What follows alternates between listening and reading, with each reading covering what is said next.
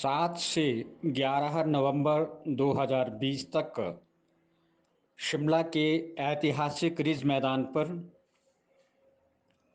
राज्य संग्रहालय शिमला द्वारा शिल्प मेले का आयोजन किया गया। शिल्प मेले का उद्घाटन श्री सुनील शर्मा जी, निदेशक भाषा संस्कृति विभाग हिमाचल प्रदेश ने किया।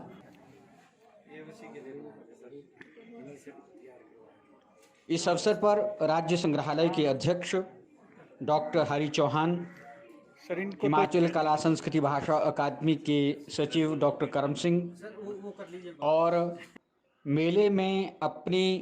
कलाकृतियों का प्रदर्शन करने वाले कलाकार तथा अन्य प्रबुद्धजन कला प्रेमी उपस्थित रहे।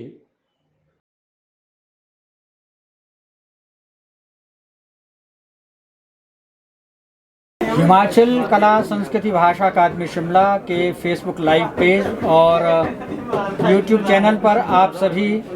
श्रोताओं दर्शकों का हार्दिक स्वागत है। आज हम शिमला के शिल्प मेला में हैं। लॉकडाउन के दौरान बहुत सारी गतिविधियां बंद रही और अब जबकि सरकार के निर्देशों के अनुसार लॉकडाउन को धीरे धीरे खोल दिया गया है और सार्वजनिक कार्यक्रमों की अनुमति हो गई है, भाषा संस्कृति विभाग हिमाचल प्रदेश के द्वारा राज्य संग्रहालय शिमला की ओर से शिमला के रिज मैदान पर शिल्प कला मेले का आयोजन किया गया है। इस मेले में साहित्य और कला, मिनिएचर पेंटिंग, धातु कला, वाद्य यंत्र, काष्ठकला से बनी बहुत सारी चीज़ें, कुल्लू शॉल, किन्नौरी शॉल, चंबा रुमाल और बहुत सारी कलाकृतियाँ शिल्प मेले के दौरान लोगों को देखने को मिल रही हैं। लगभग 30 स्टॉल यहाँ रिज मैदान पर लगाए गए हैं, जिसको शिमला के स्थानीय लोग और बाहर से आने वाले पर्यटक जन देख रहे हैं और ख़रीदारी कर रहे हैं। ये मेला आज 7 नवंबर को प्रारंभ हुआ है और 11 नवंबर तक निरंतर चलेगा। प्रातःकाल 10 बजे से लेकर के शाम के 6 बजे तक। हम सभी को आमंत्रित करते हैं कि आप मेले में आएं और कलाकृतियों को देखें, उनका निरीक्षण करें, इन कलाकारों का सम्मान बढ़ाएं, इनको प्रोत्साहन प्रदान करें और कलाकृतियों की और पुस्तकों की खरीदारी करें।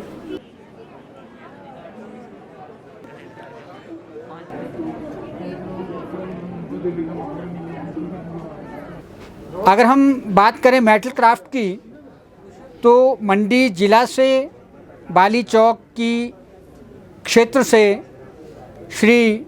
घिम्बर जी यहाँ अपनी कलाकृतियों को लेकर के इस मेले में विक्रय के लिए और प्रदर्शनी के लिए उपस्थित हुए हैं। ये प्रत्येक मेला में आते हैं और जो पारंपरिक वाद्य यंत्र, देवताओं के मोहरे और अन्य ये धातु कला में विभिन्न वस्तुएं बनाते हैं, उनका प्रदर्शन इनके द्वारा यहाँ किया गया है। इस अवसर पर हमारे साथ हैं राज्य संग्रहालय के संग्रहालय अध्यक्ष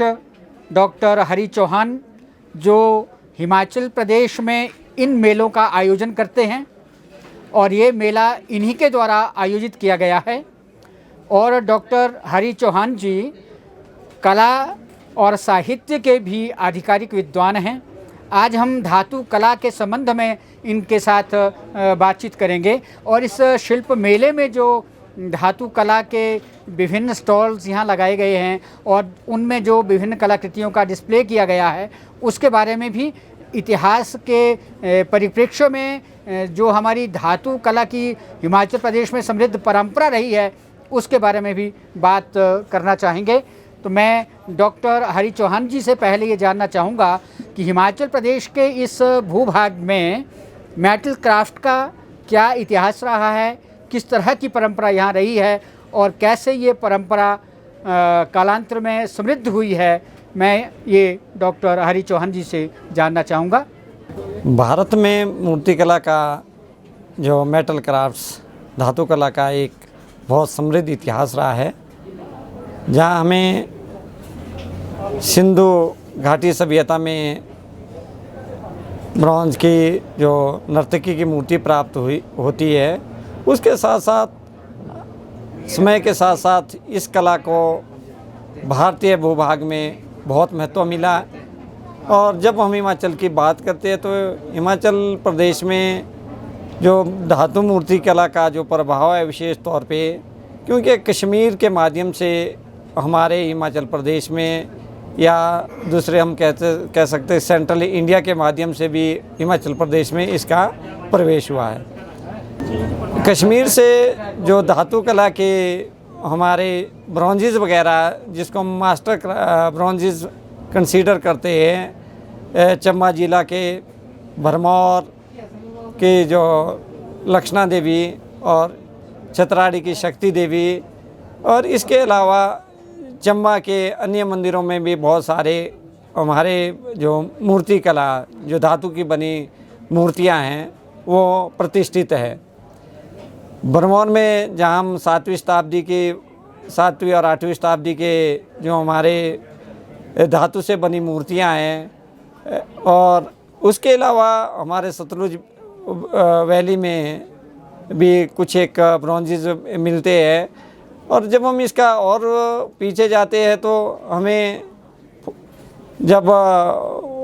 फायान, वेनसांग, उन्होंने भी इन मूर्ति कला के बारे में अपने काफ़ी विस्तृत जानकारी अपने ट्रैवलॉग्स में दी है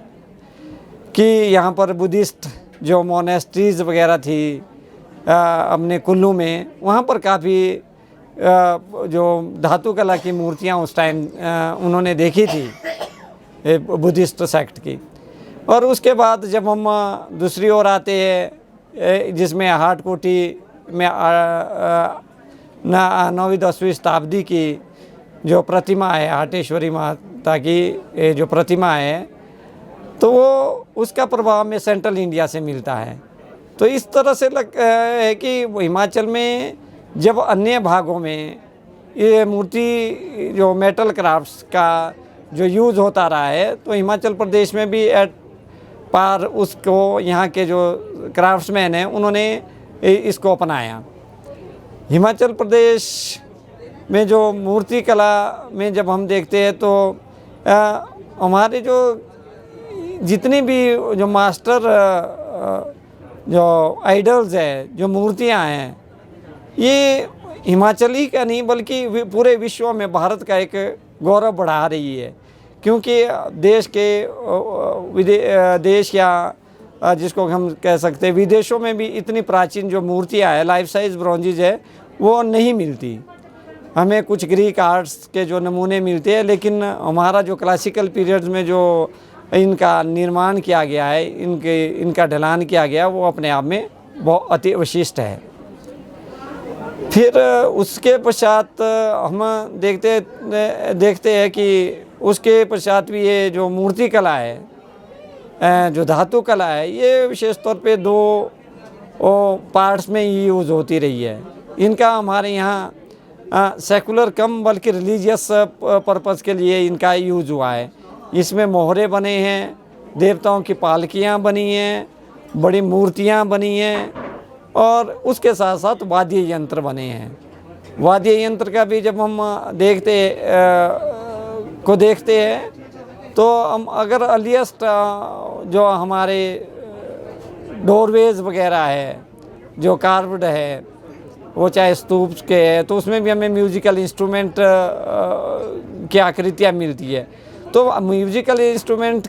को बनाने के लिए धातु कला का ही उपयोग हुआ है। इसमें बहुत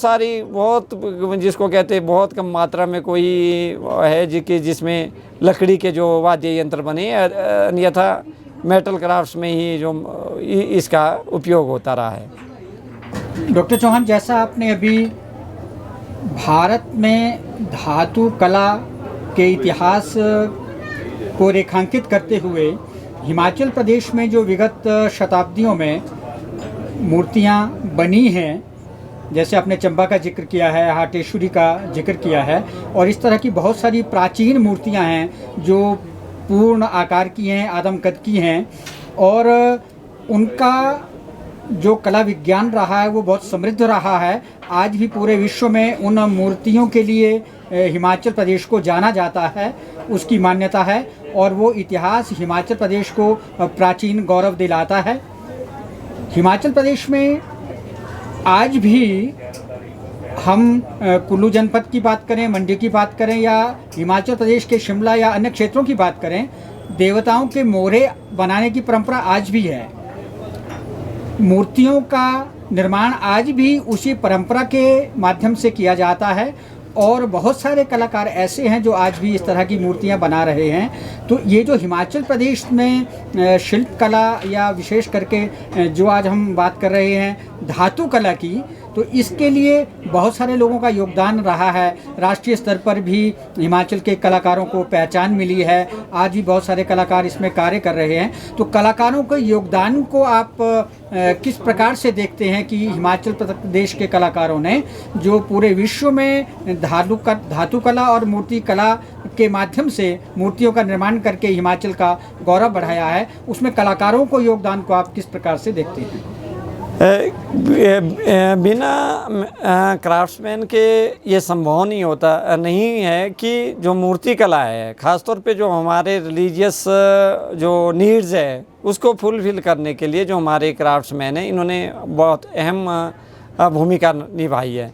क्योंकि हमारा जो हिंदू धर्म में मूर्ति पूजा को विशेष स्थान दिया गया है, तो मूर्ति पूजा के लिए हमें मेटल्स के जब मोहरे बने या दूसरे लाइफ साइज ब्रॉन्जेस बनी हैं, तो उसमें क्राफ्ट्समैनों का विशेष योगदान रहा है। हम जब इसको बनाने की कला भी देखते हैं तो यहाँ के क्राफ्ट्समैन जो आज भी जो लॉस्ट वैक्स टेक्निक है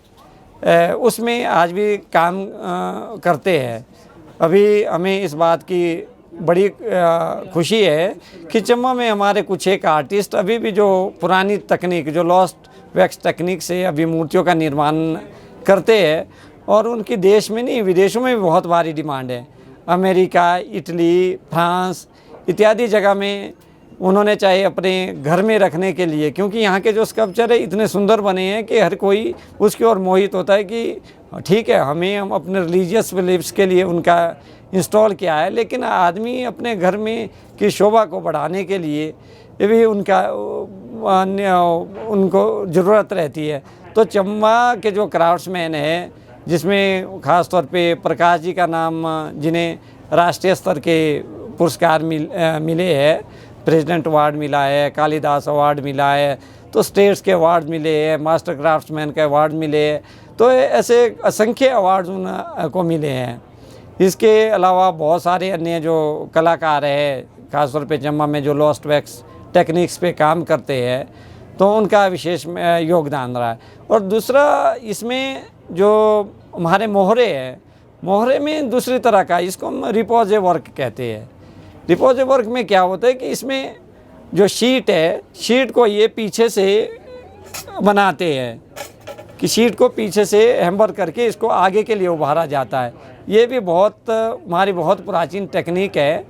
और इसका उपयोग हमारे मोहरों में, ख़ासतौर पे अगर हम देखें तो हमारे यहाँ आपको 10वीं शताब्दी के मोहरे मिल जाएंगे, 9वीं 10वीं शताब्दी के मोहरे मिल जाएंगे। हमारे जो मंदिर है जो जिसको हम कह सकते हैं सदियों पुराने हैं, वहाँ के जो मोहरे हैं, देवताओं के मोहरे, कुल्लू है, मंडी है, ज़िला शिमला में है, कि जहाँ पर अधिकतर मोहरों, पालकियों में मोहरों का उपयोग होता है। जो देवता का जो मुख्य मोहरा होता है वो पालकियों में लगता है, और पालकियों में और मोहरे भी सम्मिलित किए जाते हैं। तो ये बहुत पुराने हैं, 10वीं 11वीं 12वीं शताब्दी के आपको क्लासिकल पीरियड्स के मोहरे भी मिल जाएंगे, और उतने के बाद आपको 17वीं 18वीं शताब्दी के जो अपने फोक स्टाइल के मोहरे भी मिल जाएंगे। तो इस तरह से बहुत समृद्ध वो ट्रेडिशन रहा है, और हमारे जो क्राफ्ट्समैन हैं उनका इसमें बहुत बड़ा योगदान रहा है कि जो हमारी जो संस्कृति है उसको मतलब अपने देश में नहीं बल्कि विदेशों तक जो आज हमारे जो आर्ट एंड क्राफ्ट्स को देश की जो पहचान बनाई है। साउथ में इसका जो मूर्तिकला का आज लॉस्ट वैक्स टेक्निक से बहुत भारी मूर्तियाँ बनाई जाती है, लेकिन उनका बनाने का और यहाँ के बनाने में अपना एक अलग अलग तरीका है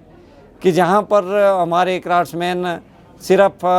कुछ एक मूर्तियाँ बनाने के लिए, हर एक मूर्ति बनाने के लिए नया वो सांचा तैयार करते हैं, लेकिन वो प्रोफेशनल तौर पे इसको एक बारी उसको हम सैंड कास्टिंग टेक्निक्स कहते हैं कि जिसमें कि आप कई मूर्तियों को बना सकते हैं। तो इस तरह से कि हमारे अभी ट्रेडिशनल फॉर्म पे काम करें और इसकी डिमांड ज़्यादा है, और हमारे जितने क्राफ्ट्समैन हैं मंदिरों में इन लोगों के पास इतना काम होता है कि नहीं और चीज़ों के लिए, क्योंकि हमारे म्यूजिकल एक देवता है, देवता के यहाँ म्यूजिकल इंस्ट्रूमेंट, हमारे शादियाँ हैं, ब्याह है, देवताओं के कारज है, सब जगह के लिए इंस्ट्रूमेंट जो म्यूजिकल इंस्ट्रूमेंट्स की ज़रूरत पड़ती है। और इनका अपना एक अलग तरह की जो आकृति है, हमारे जो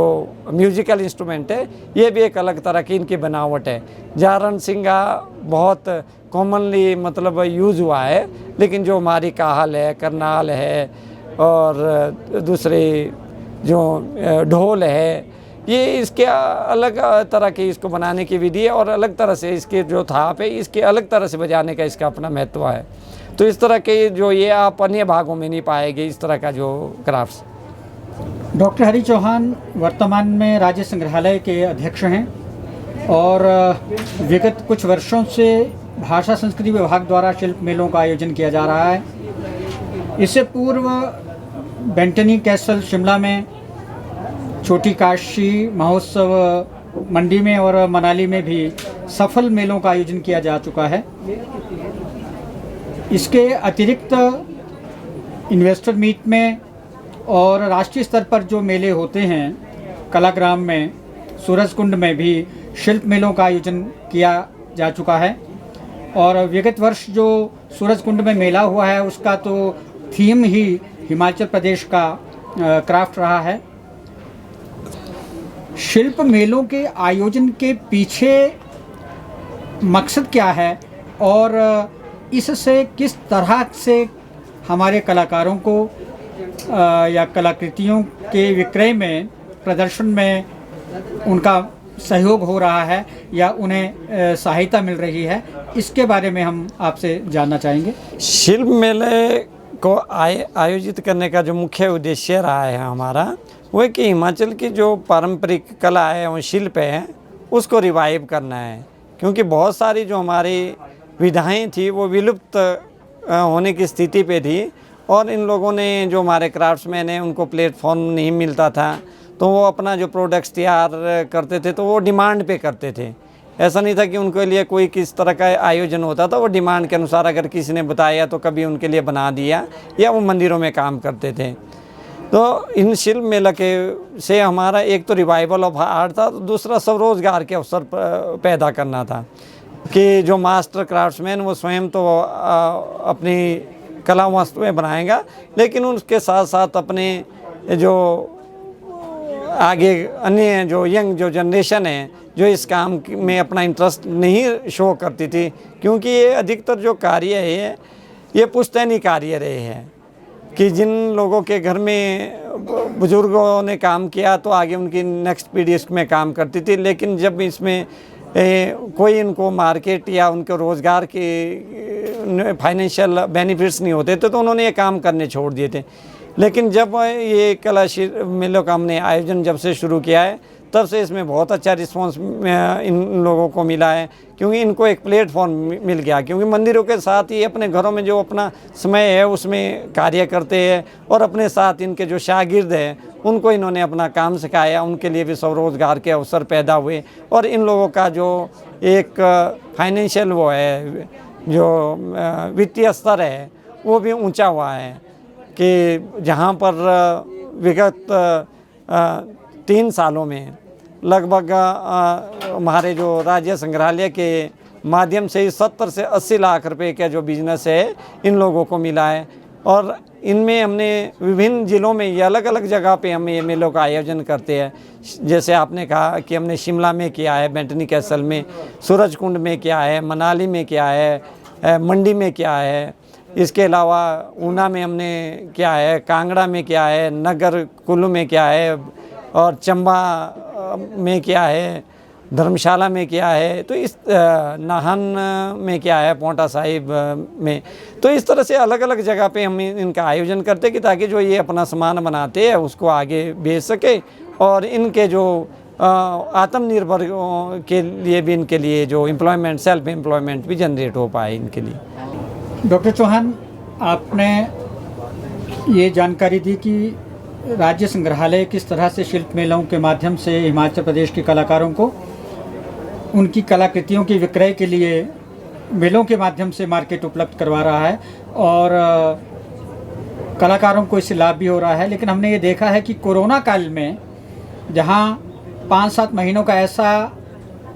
एक कालखंड रहा जिसमें लोग घर से बाहर नहीं निकल पाए हैं, तो जाहिर है कि इस दौरान लोगों ने कलाकृतियों का निर्माण अपने घरों में जो उनके पास उपलब्ध सामग्री थी उसका उपयोग तो किया है, लेकिन अब वो रोटी रोजी के लिए, रोज़गार के लिए या धन अर्जन करने के लिए या जो कुछ उन्होंने उसमें इन्वेस्ट किया है उसको पुनः प्राप्त करने के लिए मार्केट की ओर देख रहे थे। और आपने इस शिल्प मेले का आयोजन करके हिमाचल प्रदेश के कुछ कलाकारों को एक मंच प्रदान किया है, मार्केट प्रदान की है। और हिमाचल प्रदेश की राजधानी शिमला में जैसा आज दिन भर हमने माहौल देखा, बहुत सारे लोग आ रहे हैं, खरीदारी कर रहे हैं और इन कलाकारों का, शिल्पकारों का प्रोत्साहन, सम्मान कर रहे हैं। इससे इनको अवश्य लाभ रहेगा। इसमें मेले में लगभग 30 के करीब स्टॉल्स हैं जिसमें मिनिएचर पेंटिंग और देवताओं के मोहरे, वाद्य यंत्र और अन्य शिल्प कलाएँ, चंबा चप्पल और हिमाचल कला संस्कृति भाषा अकादमी की पुस्तकें भी उपलब्ध हैं। और ये भाषा संस्कृति विभाग का, राज्य संग्रहालय का एक बहुत ही सफल और बहुत ही चुनौतीपूर्ण प्रयास है और लोग भी इसका स्वागत कर रहे हैं। हम आज इस कार्यक्रम के दौरान जो हमारे कलाकार यहाँ पहुँचे हैं, जो कलाकृतियाँ यहाँ विक्रय के लिए हमारे पास उपस्थित हैं, उनसे भी बात करना चाहेंगे कि आज के माहौल में वे जो कुछ यहाँ प्रदर्शित कर रहे हैं इन मेलों के माध्यम से। और अब हम बात करना चाहेंगे कलाकार घिम्बर जी से जो इन कलाकृतियों का निर्माण करते हैं, देवताओं के मोहरे और वाद्य यंत्र बनाते हैं और भी बहुत सारी चीज़ें जो देवताओं के मंदिरों में वाद्य यंत्रों के तौर पर प्रयोग होती हैं, देवता के मोहरों के तौर पर आस्था के लिए पूजन उनका किया जाता है। इसके संबंध में हम उनसे जानकारी चाहेंगे कि कैसे इनका निर्माण होता है और किस तरह से वे इस परंपरा को बनाए हुए हैं। साहित्य कला संवाद कार्यक्रम के माध्यम से हिमाचल प्रदेश के कलाकारों, साहित्यकारों के लिए जो ये मंच है, इसमें कलाकार से संवाद करने की आज की इस कड़ी में हम मंडी जनपद से यहाँ शिल्प मेला शिमला में पधारे कलाकार जो विशेष रूप से देवताओं के मोहरों का, वाद्य यंत्रों का निर्माण करते हैं और अन्य कलाकृतियाँ भी बनाते हैं, घिम्बर जी, उनके साथ हम बात कर रहे हैं कि वे आज भी इस परंपरा को कायम किए हुए हैं और नई पीढ़ी को भी ये सिखा रहे हैं। इससे पूर्व विगत 2 वर्षों में हिमाचल कला संस्कृति भाषा अकादमी की ओर से गुरु शिष्य परंपरा के अंतर्गत इन्होंने वाद्य यंत्रों का निर्माण कुछ नए युवकों को सिखाया है और वे भी इस कार्य में पारंगत हो गए हैं। हम घिम्बर जी से ये जानना चाहेंगे कि वे इन वाद्य यंत्रों को और मोहरों को बनाने के लिए जो उनकी परंपरागत जो प्रक्रिया है, कैसे कैसे बनाते हैं, पहले क्या किया जाता है, उसके बाद क्या करते हैं और उसको बनाने की जो विधि है उसके बारे में थोड़ी सी हमें जानकारी दें। जी रे, 8 धातु के मोहरे जो है, इनके पहले मिट्टी के सांचे बनाने पड़ते हैं हमारे को, और सांचा बनाकर जो है मोम लगाना पड़ेगा। मोम लगाने के बाद जो है इसका फिर से मिट्टी लगाना पड़ती है और मिट्टी लगाने के बाद जो है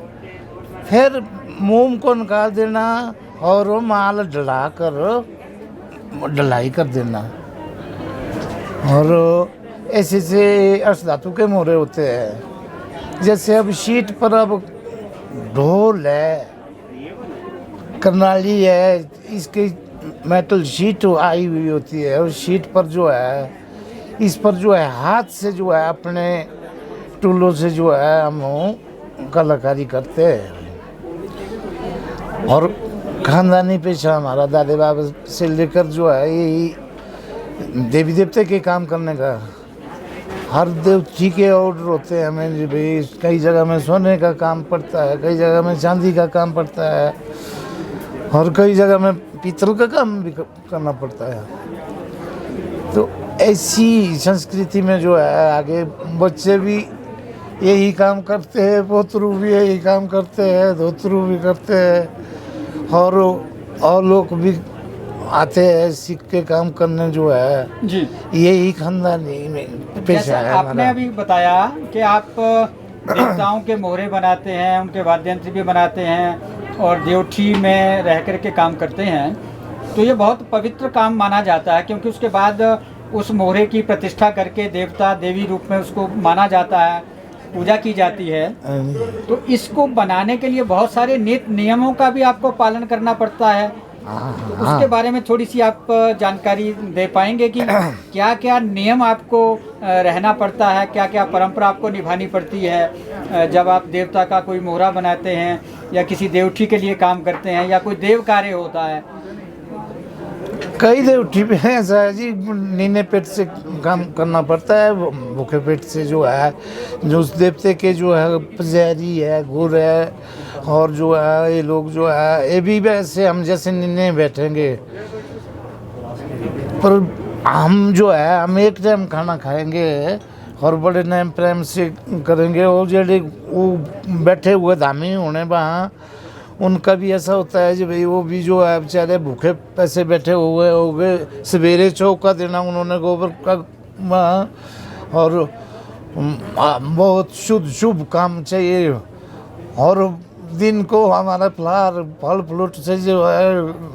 चलाते हैं धंधा, खाना एक टाइम खा जाते हैं। बहुत बड़ी बात आपने बताई है कि जब देवता के मोहरे बनाए जाते हैं तो जो मोहरा बनाने वाला कलाकार है, जैसे गिम्बर जी बनाते हैं, तो ये खाली पेट उपवास रख कर के मोहरे को बनाते हैं, मंदिर में रहते हैं और पूजा अर्चना में ही ध्यान में रहते हुए जो कारदार हैं, जो पुजारी हैं या जो उस कार्य के साथ जुड़े होते हैं, देव कार्य के साथ, वे भी उस परंपरा का पालन करते हैं। एक समय भोजन खाते हैं, फलाहार करते हैं और घरों में नहीं जाते हैं, भूमि पर सोते हैं और ब्रह्मचर्य का पालन करते हैं और पूरी देव आस्था को समर्पित होकर के ये काम करते हैं। और जब वो मोहरा बनता है तो उसके बाद देवता के मंदिर में उसकी प्रतिष्ठा होती है, फिर उसकी पूजा अर्चना होती है। आपने जो देवताओं के आप मोहरे बनाते हैं, वाद्य यंत्र बनाते हैं, रणसिंगा, करनाल, ढोल, नगारा बनाते हैं और आज भी आप ये बना रहे हैं। हाँ जी। और उसके बाद अब आपने कुछ छोटे छोटे और चीज़ें भी बनानी शुरू की हैं, जैसे जो छोटे मोहरे हैं उनको लोग ज़्यादा पसंद करते हैं। तो परंपरा के साथ साथ जो थोड़ा सा मार्केटिंग का या थोड़ा सा जो खरीदने और बेचने की जो बात है, उस पर भी आप आए हैं और सरकार ने भी थोड़ा आपको उत्साह दिया है, प्रोत्साहन दिया है। तो अब इस नई स्थिति को आप कैसा देखते हैं? आपको इससे कुछ बल मिला है, आपको रोजगार मिला है, आमदनी बढ़ी है आपकी? ठीक ही आमदनी है जी, जितना काम करने में जो है ना, बच्चे सिखाने के लिए जो है उनको भी सिखा रहे हैं, बच्चों को भी। और दूसरे ठीक ही चाल एक कभी होता था ये काम, कभी नहीं होना। अब इस ढंग से जो है ये बच्चे सिखाने से जो है सरकार की सहायता से जो है ऐसे से जो है चल ही रहती है चाल। तो इसमें तो बढ़त में ही आ जाएगा काम। हर जगह की डिमांडें आ रही है, हर जगह का ये हो रहा है।